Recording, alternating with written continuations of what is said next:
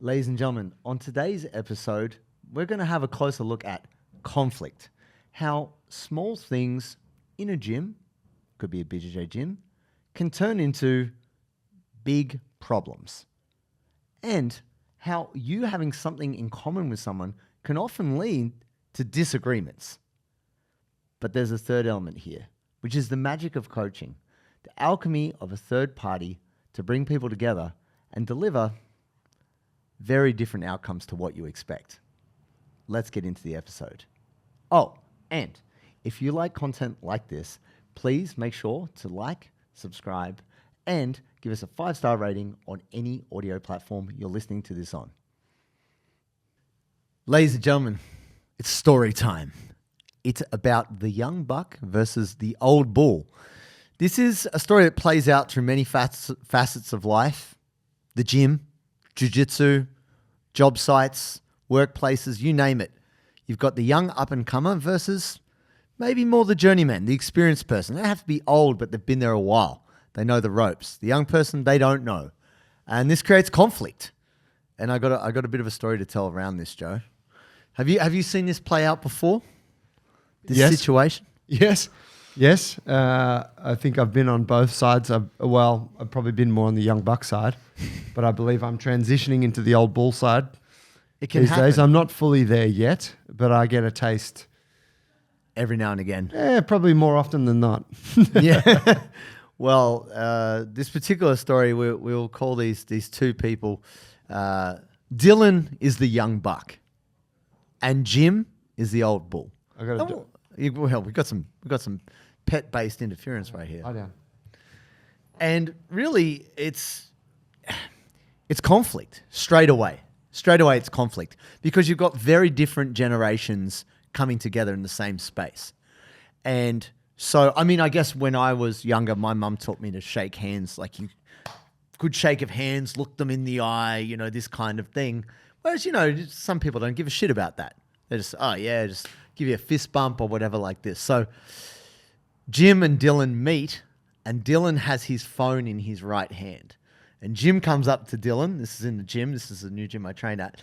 And they go to shake hands, and Dylan gives him the under left hand. Oh, because his right hand's got his phone in. Yeah. He's focused. I'll give you this one. On Instagram or Snap or whatever he's looking at. And so straight away, Jim's like, what? And then he's just like, oh, yeah, nice to meet you, whatever. So straight away, Jim's like, man, this young guy. You can see it straight away. There's not good vibes going on there straight away. So there's tension. There's tension there. Now, these guys, very different humans, but they're trying to achieve a similar thing, which means they also use similar equipment, which means there can be also conflict around equipment. You might have seen it, Joe, yourself. Like you go into a gym and maybe someone has a favorite squat rack or they have a place they like to set up. You might even find that you've got a nice little corner in the gym where you like to be because it's close to the shit you want. And then someone sets up there. And obviously it's an open gym. Anyone can set up there. But then that guy's just in that squat rack on their phone, not lifting, standing around, not training. And you're like, you do the polite thing. Go, hey, man, how many more sets you got to go? Yeah. Yeah, bud, couple. You're like, I mean, if anyone calls me bud, it's an instant like. Oh, but here's the thing. I've observed this too. Boss, bud, champ. Yeah. Young folks. Derogatory. Well, it's not actually. Highly derogatory. It's just more informal. You know what I mean? It's more informal. It's trying to say, yeah, whatever guy I don't know who's older than me. Yeah, whatever. Yeah. You know what I mean? It just plays off. So there's already a bit of a bad vibe between Dylan, the young buck, and Jim, the old bull. It's already not good vibes. Now, here's the thing. They don't know each other at all, really. But they're working on a common goal. So Jim comes in, it's deadlift day, and he sees Dylan pull 240 kilos. It's strong. It's janky. It's not a good lift, but he pulls it. Oh, the old fella sees the young guy fella pull 240. And Jim goes, you know what? I used to pull 240, and I made it look a damn sight better than that. I might not pull 240 right now, but that guy's 18 years old. He should be fucking ripping it off the ground. So straight away, Jim's like, looking at this guy like, what's he doing?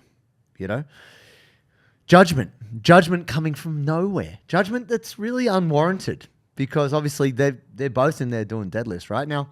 Jim goes over, he pulls 200 pretty comfortably, couple of reps, and he's like, I'm going to smash that young fool pretty soon. You think, okay, cool. That's how that goes. But here's the thing. They train similar exercises on similar days. Now, what they don't know about each other is they're both injured. Now, our young friend Dylan has a slightly torn pec from footy. He plays footy. He's freaking fearless. He tries to tackle everyone. He tried to tackle a guy, almost got his arm ripped off. The kid is absolutely fearless and continued to play the whole game, even though he'd almost dislocated his shoulder and had a torn pec. Now, Jim, the old bull, he doesn't know this, but he just sees Dylan just kind of nursing his sore shoulder and he's looking at him going, that kid's got shit posture. Kids today, probably hurt his shoulder bench pressing. Classic idiot. You know, all this judgment coming from ignorance, right? Now, what Dylan doesn't know about Jim is he's hurt his hamstring. He hurt his hamstring at work, on a job site, lifting too much shit, bending over, twisting, all this stuff, which you do if you're a tradesperson, you're on the job. And what that means is he actually has to start lifting with a trap bar. Ooh, weak. It's a bad look in a big boy gym. Strengths gym, in a big boy gym. Trap bars. It's like training wheels. Right. It's like sissy stuff. Yeah. Now, shout out to anyone who's lifting with a trap bar, but really, it's far easier than a conventional bar. Good option for a lot of grapplers, by the way. But yeah, if you're a strength aficionado, yeah, it's a bit of a sub move, a beta move, you might say. right on. So the next day, Dylan comes in and sees Jim lifting with a trap bar and just literally openly just laughing at him. Jim's like, Sigma move. look at this. Let's Like go. the conflict is kind of, it's a little simmery because everybody's pretty friendly in the gym. Like there's some exceptionally strong humans in there and they're just very different people. But here's the problem with the injuries. As a result, Jim having the strained hamstring has to go on the hamstring curl. Dylan having the shoulder injury, can't do upper body stuff, has to go on the hamstring curl. Every time Dylan wants to go use the hamstring curl, f***ing old Jim, trap bar Jim, is on the hamstring curl. And Spreading his beta he's vibes all over the weak machine. germs. Yes. And he comes over and like, Smells like flowers over here. is that potpourri? What's going on? Is that Glade? Jesus. And it's funny that you see this thing where one person is using the equipment and obviously has to do a bunch of sets. And only really people who are reasonably cool with each other are like, we should work in. You know, like, oh yeah, you go, I'll go. Well, yeah, it's cool. These two are not cool with each other. Even though they're both suffering, they're both injured. They won't talk about it. There's not. Right, hey, how long to you? I got 4 more sets. Oh, so now And hamstring curl's the one where you're like, look, I'm lying face down here. my butt's in the air. It's not worth getting up in. I'm only resting 60 to 90. Yeah, I'm just going to lie here between sets. Yeah, like I'm just chilling. And so this then brings this misunderstanding and conflict like just a layer deeper. And I think the thing which is, how can you remedy this? Because you can see it in jiu-jitsu gyms where maybe two people who are similar in intensity and personality maybe, or maybe they don't vibe together well. It has to be mediated somehow. And really that's the job of the coach. Well, often we end up making an adversary out of people that are very similar to ourselves. Yeah. The conflict comes not from being dissimilar, but kind of butting heads. Yeah. There's strength of personality or will or whatever it might be. I've had that situation a couple of times recently where I've come to training with some water, but I haven't had any electrolytes, and I've finished training and I've had to go to a convenience shop and buy myself some kind of sports drink, usually a Gatorade. Cost me like $7. It's small and it really doesn't contain that much of the good stuff that I'm looking for, which are the electrolytes. Sodi, on the other hand, is my partner when it comes to hydration, and I'd simply just run out of it. And it sucks because I got to go buy expensive stuff that doesn't do anywhere near as good a job. I'm super stoked that we've been restocked with the sodi, and now I can be properly hydrated when I train jiu-jitsu. This has always been an underexplored aspect of my training, and I'm so stoked that we now have these guys in place to support us and also the listeners of the show. So if you want to be hydrated on the mats so that you can perform at your best and have the best mental clarity while training, get yourself some sodi. Go to sodi.com.au. That's SODII.com.au. Get yourself some delicious hydration salts and use the code Bulletproof15 for 15% off. Go to sodi.com.au. Get yourself hydrated. And I believe the coach is the sorcerer, the magician, the alchemist that can kind of change things. So it is the coach that has brought these two people to the gym. It is the coach who brought me to the gym. So I'm witnessing this kind of coalescence of things going on, because the coach is the one saying, hey man, you hurt your hamstring. You shouldn't not train. You should work around it. And then the coach is also the one who said to Dylan, the young buck, hey mate, look, I know you've hurt your shoulder, but you should get in. You should focus on your squats. You should focus on your deadlifts. Like, do what you can, still get strong before you have your shoulder surgery. So they're both still in the gym, which is a good thing, but it's creating conflict. And the coach is not saying anything. The coach is just observing, letting it play out of sorts, right? And I find this very interesting because I guess it's a fairly hands-off approach. You know, let them work it out. Yeah, they're both grown-ups. Like, they've got to sort it out. Still guiding each of them individually, but then there's this little butting up together, these little bits of conflict. And you're like, is this just going to get worse? Because you can sense a vibe in the gym. Everyone's pretty friendly, but these guys aren't getting on. Where does this go? So, Friday night lights. Friday nights in this gym is deadlift night. It's like competition rounds, right? Everybody gets in for deadlift night. It doesn't matter what you got going on that day. You even just show up to watch what's going on. There is insanity going on in this gym. Now, Jim had to work late, so he comes a little bit later. So he's a little bit later on the end. But if you look, Dylan is on the same platform as the big boys. These big boys... Same lifting platform. Same lifting platform. So they're all ramping up and they're all working in together. All on the one bar? All on the one bar. Oof. So, you know, it's going up 40, up 40, up 40. It's just going up and up and up. And because Dylan has been injured with his shoulder, he's been doing a lot more squats and deadlifts. And actually, in the time from the last time when Jim saw him jankily pull 240, he's stronger. The young buck has gotten stronger in that short amount of time. And now he just sees Dylan pull 240 fast as lightning. And Jim just gets like a bit like there's this mixed feeling. You wanted to see him blow a disc out the back of the gym. Kind of want to see him dislocate his shoulder, you know? And so there's this funny, unspoken story that is playing out that everyone else in the room is just waiting for the big boys to get to 300 kilos plus. Jim is standing in the background kind of warming up because he needs to get on a platform, do his deadlifts, Right. which are inconsequential at this point in time. And there's Dylan in the thick of it with the big boys, 260, 280. Now, the third element here, which is the coach Dan, standing to the side, encouraging people, going, go on, it's your day today. Yeah, it's you. Yeah, you can do this. I have confidence. Go up. Yes, you're good for this. Keep going.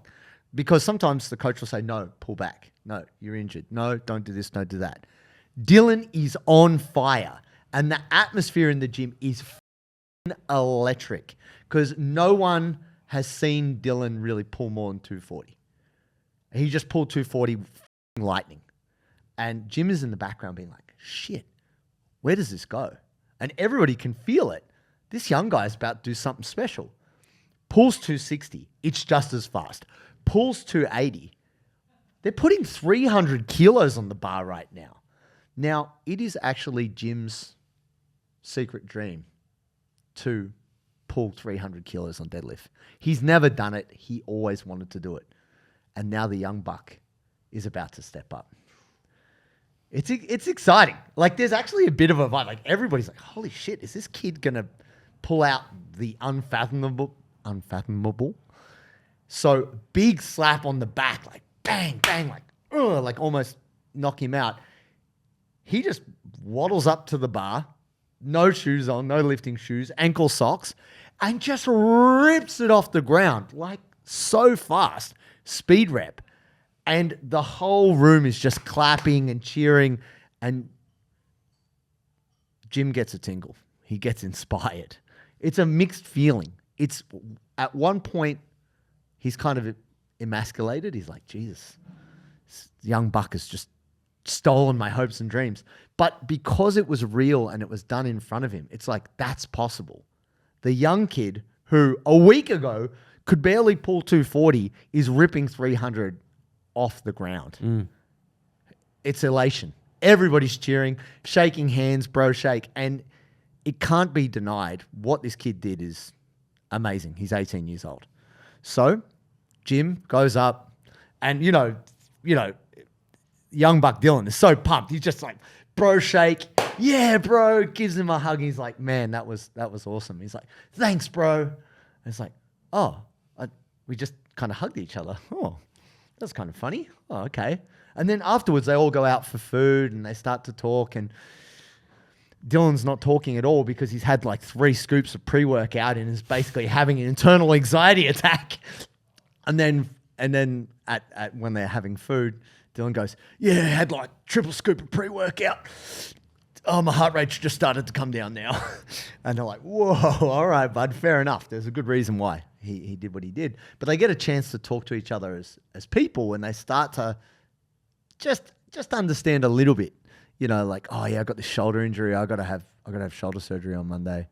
Oh yeah, I hurt my hamstring. And they start to actually understand what's going on here. That they are actually the same person trying to achieve the same thing.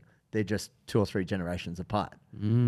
And what is so interesting I have found about seeing this is they're bros now. Like they're friends now. So when Jim sees Dylan doing shoulder rehab, he knows why. He understands. You know? When Dylan sees him pulling on the trap bar, he's like, he's got a bad hamstring. That makes sense. It's funny how just that bit of understanding brings respect, but it took a huge effort on one of their behalves to create that. They built the bridge. They built the bridge. It was built on deadlifts, my friends.